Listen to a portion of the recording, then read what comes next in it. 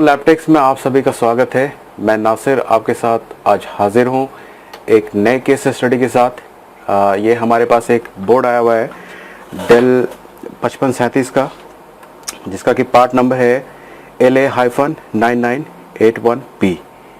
ठीक है, इसमें कुछ प्रॉब्लम इस तरह से है कि जब मैं इसमें पावर लगाता हूँ तो आप एम्पेयरेज को देखेंगे कि एम्पेयरेज कुछ यहाँ पर ज़्यादा लोड ले रहा है। और अगर मैं थर्मल इमेज व्यूअर से आपको दिखाऊं तो थोड़ा सा 3-5 की आईसी गर्म होती हुई इसको मैं डिग्री पर सेट कर लेता हूं। 30 डिग्री टेम्परेचर यहाँ पर दिखा रहा है, लेकिन मैं जब 3-5 की आईसी पर यहाँ पर आप देख सकते हैं 36-37 डिग्री सेल्सियस इसका इसका टेम्परेचर दिखा रहा है। 38 पहुँच गया है। नॉर्मल इन्वायरमेंट का टेम्परेचर 29 है और यहाँ पर थोड़ा सा ये आईसी गर्म होती हुई दिख रही है। आईओ को देख लेता हूँ, आईओ भी 30 डिग्री है, यानी यहाँ पर ये गर्म हो रही है। किसी ने ये लाया है मेरे पास और देखिए यहाँ पर कितना सारा काम किया हुआ है। थोड़ा सा जूम करके देख सकते हैं आप। ये एरिया लाइट जला देता हूँ मैं ताकि आपको जूम करके यहाँ पर देख सकते हैं आप कितना ज़्यादा कार्बन वगैरह था या कोशिश की गई है। ट्रैक वगैरह भी बने हुए हैं और 3-5 की आईसी के पास भी आप देख सकते हैं कि यहाँ पर भी बहुत ज़्यादा ट्रैक वगैरह बनाने की कोशिश की गई है। ठीक है, तो ये इसमें दिक्कत है कि ये 3-5 की आईसी गर्म हो रही है। और इसको जब मैं ऑन करता हूँ तो आप देख सकते हैं ये लाइट ऑन होती है और ऑफ़ हो जाती है। ये लाइट ऑन होती है और ऑफ़ हो जाती है और लोड वही 10 से 11-12 थोड़ा सा डाउन भी हो जाता है। तो रिक्वायरमेंट समझनी होगी हमें रिक्वायरमेंट समझनी होगी कि इस तरह के बोर्ड में हमें क्या चेक करना है। पहले कोई पावर सीक्वेंस भी नहीं दिया हुआ यहाँ पर। हमें पहले क्या चेक करना है, फिर इसके बाद क्या चेक करना है। अगर हम वो स्टेप फॉलो करेंगे तो हमें उम्मीद है कि इस तरह के बोर्ड को आप भी रिपेयर कर लेंगे। तो आइए सबसे पहले हम देखते हैं 3-5 की आईसी। तो जैसा कि आपको डायग्राम में मैं दिखा देता हूं, तो सबसे पहले मैं आपको दिखाता हूं इसमें कि इसमें क्या क्या बन रही है और क्या क्या नहीं बन रही है। तो आप मल्टीमीटर पर भी देख सकते हैं आप। पहले मैं आपको चेक करा देता हूं वोल्टेज की जो रिक्वायरमेंट है वो यहाँ पर क्या है। और मैंने मल्टीमीटर निकाल लिया है और आपको चेक कराता हूँ वोल्टेजेस। तो सबसे पहले हम चेक करेंगे VIN हमारी मिल रही है कि नहीं। तो जैसे जानते हैं कि 3537 या 5537 के बोर्ड में VIN 13 वोल्ट होती है, जो चार्जिंग आईसी की वोल्टेज होती है। तो यहाँ पर मैं 13 नंबर चेक करने वाला हूँ। 10, 11, 12, 13। तो मैं इसको वोल्टेज पर सेट कर लेता हूँ और तो मैंने इसको सेट कर लिया वोल्टेज पर और मैं चेक करता हूँ। ये 13 वोल्ट हमारी 13.59 वोल्टेज 12 नंबर पिन पर आ रही है। इसके बाद जो रिक्वायरमेंट होती है हमारी कि वीरेज आपकी ऑट हुई है कि नहीं, रेफरेंस ऑट हुई है कि नहीं। तो सबसे पहले हम वीरेज 3 और वीरेज 5 को चेक कर लेते हैं। तो वीरेज 3 हमारा 3 नंबर पिन पर है, तो हम चेक कर लेते हैं। यहाँ पर मल्टीमीटर पर देख सकते हैं आप कि ये 3.29 यानी 3.3 वोल्ट बन रही है। तो ये भी यहाँ पर सही है। इसके बाद जो रिक्वायरमेंट आती है वो है 13 नंबर पिन। देख रहे हैं यहाँ पर वीरेज 5 है यहाँ पर लिखा हुआ। तो 13 नंबर पिन पर जाके हम चेक करेंगे कि ये देखिए 5 वोल्ट भी हमारी प्रॉपर बन रही है। तो यहाँ पर तो इसकी रिक्वायरमेंट फुलफिल हो रही है। कॉइल पर हमारी 3-5 बनी है कि नहीं, क्योंकि यहाँ पर क्या लिख रहा है डायग्राम में आप देख सकते हैं। यहाँ पर ये लिख रहा है कि 3.3 ऑलवेज है और इस तरफ 5 वोल्ट ऑलवेज है। तो हमें 3-5 की कॉइल पर पावर लगाने के बाद ऑलवेज दिखनी थी। तो यहाँ पर मैं चेक कर लेता हूँ, ये हमें 3-5 नहीं मिल रहा है। ठीक है, तो ये कब मिलेगा आपको।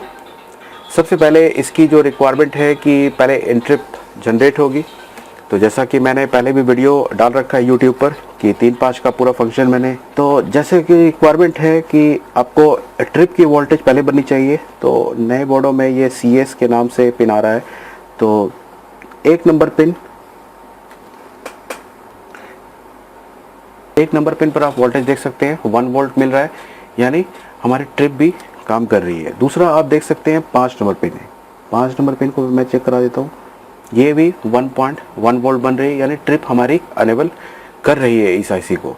इसके बाद जो रिक्वायरमेंट है यहाँ पर कि ये अनेबल की वोल्टेज आनी ज़रूरी है। ये 3 के लिए इंडिविजुअल 6 नंबर पिन से अनेबल आ रही है और 5 वोल्ट अनेबल 20 नंबर से आ रही है। तो ये हमें मिल रही है कि नहीं, ये चेक करेंगे हम। तो 6 नंबर पिन हम चेक करते हैं पहले। तो 6 नंबर पर हमें वोल्टेज नहीं मिल रही है, जैसा आप देख सकते हैं मल्टीमीटर में 6 नंबर पर वोल्टेज हमें नहीं मिल रही है। 20 नंबर पर भी चेक करेंगे, 20 पे भी वोल्टेज नहीं मिल रही है। तो मैं आपको दिखाता हूँ डायग्राम में कि यहाँ पर रिक्वायरमेंट ये कहाँ से आ रही है। कॉपी कर लेते हैं, इसको यहाँ पेस्ट कर लेते हैं। शॉर्टिंग मैंने पहले ही चेक कर लिया है, बोर्ड में कोई भी कंपोनेंट शॉर्ट नहीं बता रहा है, सिर्फ मुझे दिखा है कि इतना काम हुआ है। तो यहाँ पर देख रहे हैं कि 3 की वोल्टेज 3.3 वोल्ट अनेबल और 5 वोल्ट अनेबल एक जंपर के थ्रू हो करके आ रहा है और ईसी ऑन उसको अनेबल कर रही है। यानी यहाँ ईसी ऑन आ रही है, आगे चल के ये 2 अलग अलग पार्ट में हो गई है, 3 वोल्ट अनेबल और 5 वोल्ट अनेबल हो गई है। तो ईसी ऑन से ही ये दोनों पैदा हुआ है। तो चलिए हम लोग अब इसके पीछे ट्रेस करते हैं कि ईसी ऑन हमारी कहाँ से आ रही है। तो इसको हमने ट्रेस किया और इसको पेस्ट कर देते हैं हम। और पेस्ट करने के बाद हमें ये पता चलेगा कि ये ईसी ऑन कंट्रोलर आईओ के 112 नंबर पिन से निकल रही है। तो जरा हम आके देख लेते हैं कंट्रोलर आईओ के अंदर। तो जैसा देख रहे हैं आप 112 नंबर पिन पर मैं मल्टीमीटर रखे हुआ हूँ, लेकिन यहाँ पर आपको ये वाली वोल्टेज नहीं निकल रही है ईसी ऑन। तो पहले हमें रिक्वायरमेंट समझनी होती है कि ईसी ऑन कब होगी, और हमें रिक्वायरमेंट समझनी होती है कि ईसी ऑन कब हमारी यहाँ से निकलेगी और ये कब काम करेगी। यानी ये अनेबल जो है, यानी S5 अनेबल बोल सकते हैं आप इसे, ये S5 अनेबल या ईसी ऑन कब निकलेगी, ये कैसे हम डिटरमाइन करेंगे कि ये यहाँ पहुँची है कि नहीं। और दूसरी चीज़ मैं एक और अच्छी बताना चाह रहा हूँ कि ये ऑलवेज वोल्टेज है, इसके अंदर सप्लाई यहाँ पर ऑलवेज ली गई है। तो इसका मतलब कंट्रोलर आईओ के पास इससे भी पहले कुछ आएगी। हमें यहाँ पर ये ट्रेस करना होता है, जैसे कंट्रोलर आईओ कब फंक्शन करती है, कब वर्क करती है, इसके बारे में हम लोग बहुत सुन चुके हैं, वीडियो देख चुके हैं कि ये इसके अंदर VCC अनेबल आ जाएगी तो फिर ये ऑट करेगी, ऑन ऑफ का बटन प्रेस करेंगे तो ये ऑट करेगी। तो क्या इस कंट्रोलर आईसी के अंदर कोई ऐसी और वोल्टेज है जो पहले आ रही है? क्योंकि अभी तो 3.5 बनी नहीं है। ये 3.3 वोल्ट ऑलवेज वोल्टेज है। ये आप देख रहे हैं 3.3 ऑलवेज वोल्टेज है। ये हमें 9 नंबर पिन पर मिल रही है कि नहीं, आइए जरा चेक कर लेते हैं कि 9 नंबर पिन पर हम चेक करेंगे। तो यहाँ पर है 8, 10, ये 9। तो आप देख सकते हैं हमारे मल्टीमीटर पर ये 9 नंबर पिन पर हमें वोल्टेज नहीं मिल रही है। तो इससे ये बात तो कंफर्म हो गई है कि अभी कंट्रोलर आईओ काम नहीं कर रही होगी। ठीक है, तो कंट्रोलर आईओ को काम करने के लिए जो वोल्टेज रिक्वायरमेंट है इसके अंदर, जो सबसे पहले इनपुट होगी यहाँ पर, वो है AC इन। ठीक है, मैं ये किस आधार पर बता रहा हूँ, पहले इसके लिए हम लोग सर्च करेंगे। यानी AC इन किस तरह से बन रही है, इसको हम पहले सर्च करेंगे कि इसमें वोल्टेज कौन सी ली गई है। तो मैं इसको कॉपी कर लेता हूँ और सर्च करता हूँ कि ये कहाँ से निकल रही है, ये कहाँ से आ रही है। तो ये पॉइंट हमें दिख रहा है कि AC इन की सप्लाई हमारी चार्जिंग IC से आ रही है, BQ717 से आ रही है। ठीक है, और यहाँ पर जो सप्लाई ली गई है रीजन की ली गई है। यानी खुद चार्जिंग IC के अंदर एक रीजन होती है, LDO रीजन होती है जो 6 वोल्ट की होती है, और यहाँ से ये वोल्टेज ले करके इसको यहाँ पर डिवाइडर बनाया गया है और ये वाली वोल्टेज यहाँ से ले जा करके कंट्रोलर IC के अंदर डाली गई है। तो सबसे पहले हम चेक करेंगे हमारी ये वाली वोल्टेज पहले आईओ पर पहुँच रही है कि नहीं। तो आइए हम इसका चार्जिंग IC का 5 नंबर पिन चेक करते हैं। 1, 2, 3, 4, 5। तो यहाँ पर देख रहे हैं हम चार्जिंग IC के 5 नंबर पिन पर हमें यहाँ पर वोल्टेज डिवाइडर के अकॉर्डिंग अगर मैं कैलकुलेट करूँ तो यहाँ पर 3.3 वोल्ट एटलीस्ट आपको मिलनी चाहिए थी, जो यहाँ पर नहीं मिल रही है। तो यहाँ पर 0.072 मिली वोल्टेज आपको यहाँ पर नज़र आ रही है। इस वोल्टेज को मैं सीआरओ से भी आपको चेक करके दिखाना चाहूँगा, क्योंकि इस तरह के पेचीदा केस आपके पास भी आ सकते हैं।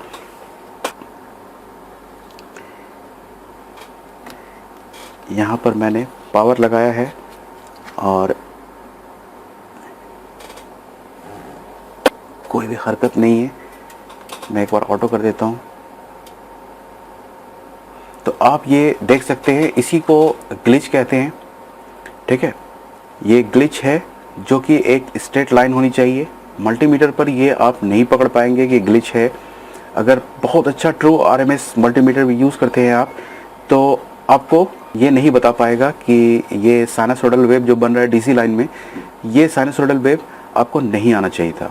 ठीक है, ये प्योर डीसी लाइन होनी चाहिए थी, एक स्ट्रेट लाइन होनी चाहिए थी। यहाँ पर ये कुछ गलत हो रहा है, यानी एसी आपकी डीसी के साथ मिल गई है, जो कुछ गड़बड़ कर रहा है। अब हमें ये कंफर्म करना है कि ये कहाँ से और क्यों आ रही है। ठीक है, तो आइए इसको कंफर्म करते हैं। तो सबसे पहले हम क्या देखेंगे, डायग्राम में देखते हैं हम कि यहाँ पर 6 वोल्ट हमें मिल रही है कि नहीं। पहला कंफर्मेशन क्या करेंगे हम कि इस पॉइंट पर हमें 6 वोल्ट मिलनी चाहिए, उसके अकॉर्डिंग हमें यहाँ पर वोल्टेज डिवाइडर की वोल्टेज मिलनी चाहिए। ठीक है, तो 100 के लगी हुई है R1 और R2 150 के लगी हुई है, तो 3.6 वोल्ट के करीब यहाँ पर आपको मिलेगी। आप कैलकुलेट करके भी देख सकते हैं। तो मैं यहाँ पर चेक कर रहा हूँ कि R1 और R2 यहाँ पर लगा हुआ है, आप बोर्ड में भी देख सकते हैं। मैं यहाँ पर की वोल्टेज चेक कर रहा हूँ। तो आइए अब हम लोग रीजन की वोल्टेज चेक कर लेते हैं। तो आप देख रहे हैं यहाँ पर 6 वोल्ट आपको मिल रही है। ठीक है, मल्टीमीटर पर आप देख सकते हैं 6 वोल्ट आपको रीजन वाली वोल्टेज मिल रही है। इसके बाद हमें चाहिए था डिवाइडर वाली वोल्टेज। तो डिवाइडर के लिए हमारे यहाँ पर रेजिस्टेंस लगी हुई है R1, एक तरफ ग्राउंड होगा। तो मैं ज़रा चेक कर लेता हूँ कि ये यहाँ पर ग्राउंड कौन सा है। ये वाला ग्राउंड है, यानी ये 150 के का होना चाहिए। तो आइए चेक कर लेते हैं कि 150 के का है कि नहीं।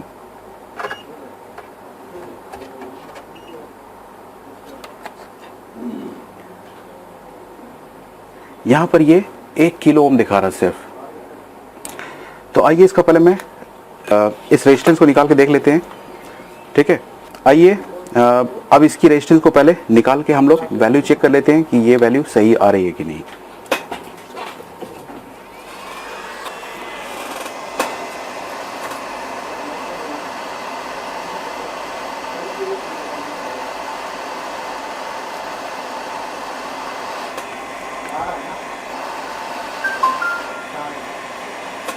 इस दोनों रेजिस्टेंस को मैंने निकाल लिया है।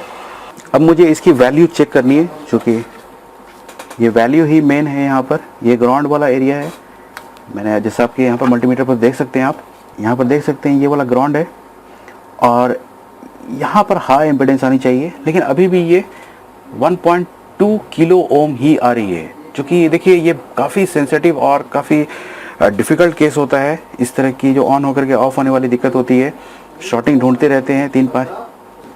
तो इस तरह की काफ़ी कॉम्प्लेक्शन आपको रिपेयरिंग में आ सकता है कि इस तरह की शॉर्टिंग को आप डिटरमाइन नहीं कर सकते हैं, क्योंकि नॉर्मली आप थोड़ी सी वोल्टेज दे करके चेक कर सकते हैं, मतलब चेक करते ही होंगे कि कोई कंपोनेंट हीट हो रहा है कि नहीं। तो यहाँ पर आपको सेक्शन अलग करना होता है।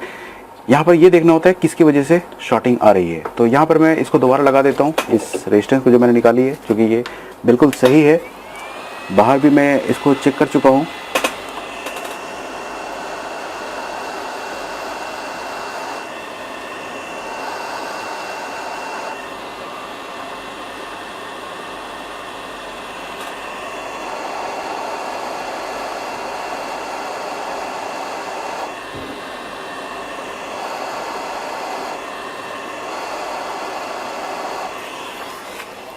थोड़ा सा प्रेस लगाना पड़ेगा।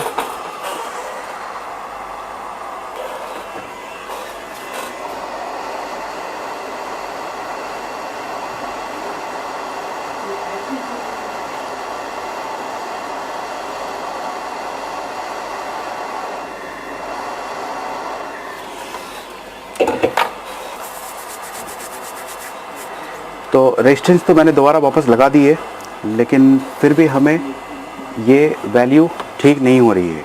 यानी ये 1 किलो ओम के साथ ये शॉर्ट बता रहा है। क्यों बता रहा है? क्योंकि यहाँ पर आप देख सकते हैं 158 किलो ओम की रेजिस्टेंस है। ये मुझे इतनी वैल्यू तो चाहिए थी यहाँ पर। इस पॉइंट पर जब मैं चेक कर रहा हूँ, इस पॉइंट पर चेक कर रहा हूँ, मुझे इसके अगेंस्ट, ग्राउंड के against 150 kilo ohm, at least 100 kilo ohm की वैल्यू चाहिए थी। तो अब हम इसमें सर्च करेंगे ये सिग्नल कहाँ गई है। तो जैसा हमने देखा कि ये आयो से ही ढूंढते हुए हम पहुँचे हैं, तो एक आयो पर आ रही है और दूसरा और देखते हैं, एक ये पॉइंट हो सकता है शॉर्ट हमारा। एसी इन हमें ये फाइंड आउट करनी है कि ये कहाँ गई है। और चूँकि यहाँ पर सेक्शन काटने के अलावा आपके पास और कोई और चारा नहीं बचा है, जैसे PQ1A को मैं निकाल के देख सकता हूँ। तो चलिए सबसे जो पॉइंट टू पॉइंट हम काम करेंगे कि कहाँ पर हो सकता है पॉसिबिलिटी कहाँ पर हो सकती है। तो एक मुझे आयो का पिन लग रहा है कि आयो का अगर 112 नंबर पिन मैं काट डालूँ, सॉरी आयो का अगर 110 नंबर पिन अगर मैं काट दूँ, तो मैं एक बार काट लेता हूँ इसको। ये है 97, ये 100, इसको मैंने काट दिया है। और यहाँ से अब वैल्यू, दोनों की वैल्यू देखेंगे हम। सॉरी ये वाला है।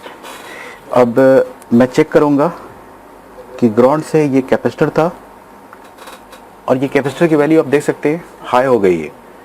ठीक है, ये कैपेसिटर की वैल्यू हाई हो चुकी है। यानी यहाँ पर ऑयल दिखा रहा है, यानी 1 किलो ओम से बहुत ज़्यादा है, यानी ये मेगा ओम से भी ऊपर है, ओपन हो चुकी है ये। दूसरी चीज़ अब मुझे ये चेक करनी है कि पिन की क्या वैल्यू है। तो आप देख सकते हैं ये अभी भी 1 किलो ओम ही आ रहा है। तो इसका मतलब कि ये मैंने आउटपुट काटा है, इनपुट आयो के अंदर कहीं और से आ रही होगी। हो सकता है इंटरनली ये कनेक्टेड होगी। तो हम आयो को निकाल के देखेंगे, क्योंकि हमने अभी यहाँ पर भी चेक करना होगा, हमें यहाँ पर भी चेक करना होगा कि यहाँ पर की वैल्यू बढ़ी है कि नहीं। यहाँ पर अभी भी 1.2 किलो ओम वैल्यू आ रही है, जो कि गलत है। चलिए अब आयो को निकाल लेते हैं, क्योंकि आयो की पिन अभी भी बता रही है। और ये कंटिन्यूटी आपको मैं जो ट्रैक काटा है मैंने, एक बार फिर से मैं कंफर्म करा दूँ कि सिर्फ मैं कंटिन्यूटी चेक कर रहा हूँ। चार्जिंग आईसी की 5 नंबर पिन और आयो की 110 नंबर पिन, तो ये अभी भी बिप बोल रही है, यानी कि ये ट्रैक नहीं कटा है। ये मैंने आउटपुट का ट्रैक काट डाला है। ठीक है, ये आउटपुट का ट्रैक मैंने काट दिया है, इनपुट का ट्रैक अभी भी है, यानी इसका मतलब ये अभी भी गड़बड़ है। तो आइए आयो को निकाल लेते हैं।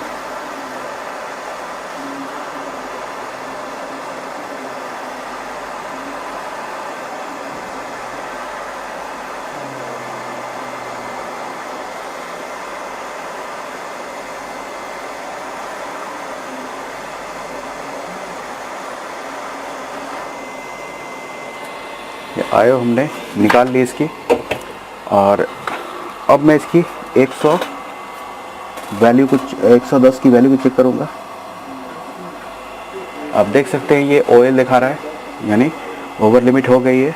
और मैं चार्जिंग आईसी की जो पिन चेक कर रहा था 5 नंबर, वो भी चेक कर रहा हूँ कि ये ऑयल हो गई है, यानी ये बहुत ज़्यादा इम्पीडेंस हो चुकी है इसकी, जो मैं चाह रहा था।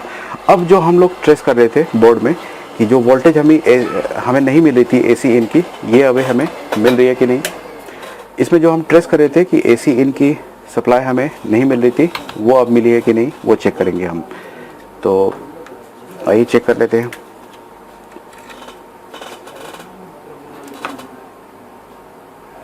ये देखिए 3.6, जो मैंने कैलकुलेशन आपको बताया था कि 6 वोल्ट अगेंस्ट 158 किलो ओम को अगर आप कैलकुलेट करेंगे 100 के साथ, 100 किलो ओम के साथ, तो आपको 3.6 वोल्ट ही, मैं जैसा बता रहा था आपको, इतना ही मिलने वाला था। तो ये आयो शॉर्ट थी, और इसमें एक पर्टिकुलर सिग्नल शॉर्ट हुई थी, वो था एसी इन, वो भी 1 किलो ओम के साथ ये शॉर्ट हुई है। तो इस तरह की डिफ़िकल्ट टास्क आप हालांकि अभी भी देख रहे हैं कि यहाँ पर आपको शॉर्टिंग दिखा रहा है, लेकिन अभी देखेंगे हम उसको फर्दर स्टेप में। लेकिन पहले जो हम 1 बाय 1 चलेंगे कि क्या पहले ज़रूरत है, फिर क्या ज़रूरत है। ठीक है, तो अब मुझे इसमें आयो लगाएंगे और साथ में ये प्रोग्रामेबल भी है, इसको फिर प्रोग्राम भी करेंगे। उसके बाद मैं आपके साथ इसके अगले स्टेप को मैं आपको दिखाता हूँ कि हम इसको कैसे रिपेयर करेंगे।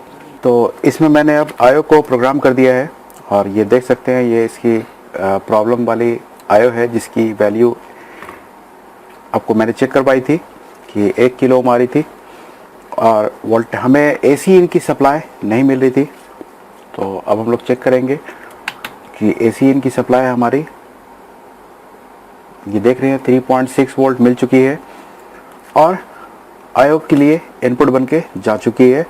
अब आयो अदर सिग्नल्स, जैसे अभी जो जिसकी वजह से हम लोग चेक कर रहे थे ये वाली सप्लाई कि EC ऑन की जो सप्लाई आ रही थी और वो 3 और 5 को एनेबल कर रही थी, वो मिसिंग थी हमारी। तो अब मैं इसको ऑन करके दिखाता हूँ आपको। जो ये पहले ऑन होकर ऑफ हो जा रहा था, ये देखिए ऑन हो गया। 36-37 मिली एम्पेयर इसका लोड ले लिया है और ये लाइट भी कंटिन्यूस ग्लो हो रही है। हालांकि अभी भी दिक्कत मुझे लग रहा है, कीबोर्ड पर डिस्प्ले नहीं आ रहा है, तो मुझे इसका देखना पड़ेगा। स्क्रीन के ऊपर सिर्फ बोर्ड है मेरे पास और पंजाब से ये बोर्ड आया हमारे पास और इसके लिए मुझे उस पैनल मंगवाना पड़ेगा। तो मुझे ऐसा फ्लक्चुएशन लग रहा है जब मैं इसमें रैम लगाता हूँ। एक बार मैं आपको रैम लगा के भी इम्प्रेशन दिखा देता हूँ। हालांकि मुझे अभी डाउट है कि डिस्प्ले आ भी सकता है, नहीं भी आ सकता है, क्योंकि कीबोर्ड पर आ जाना चाहिए था।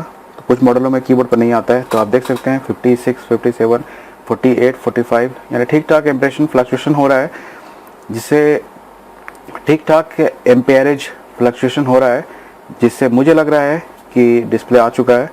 लेकिन एक बार मैं स्क्रीन पर देखना चाहूँगा। आई होप गाइज कि आपको ये वीडियो काफ़ी पसंद आया होगा। प्लीज़ आप इस वीडियो को ज़्यादा से ज़्यादा लाइक करिए, शेयर करिए और हमारे चैनल को सब्सक्राइब करिए। Thank you for watching this video.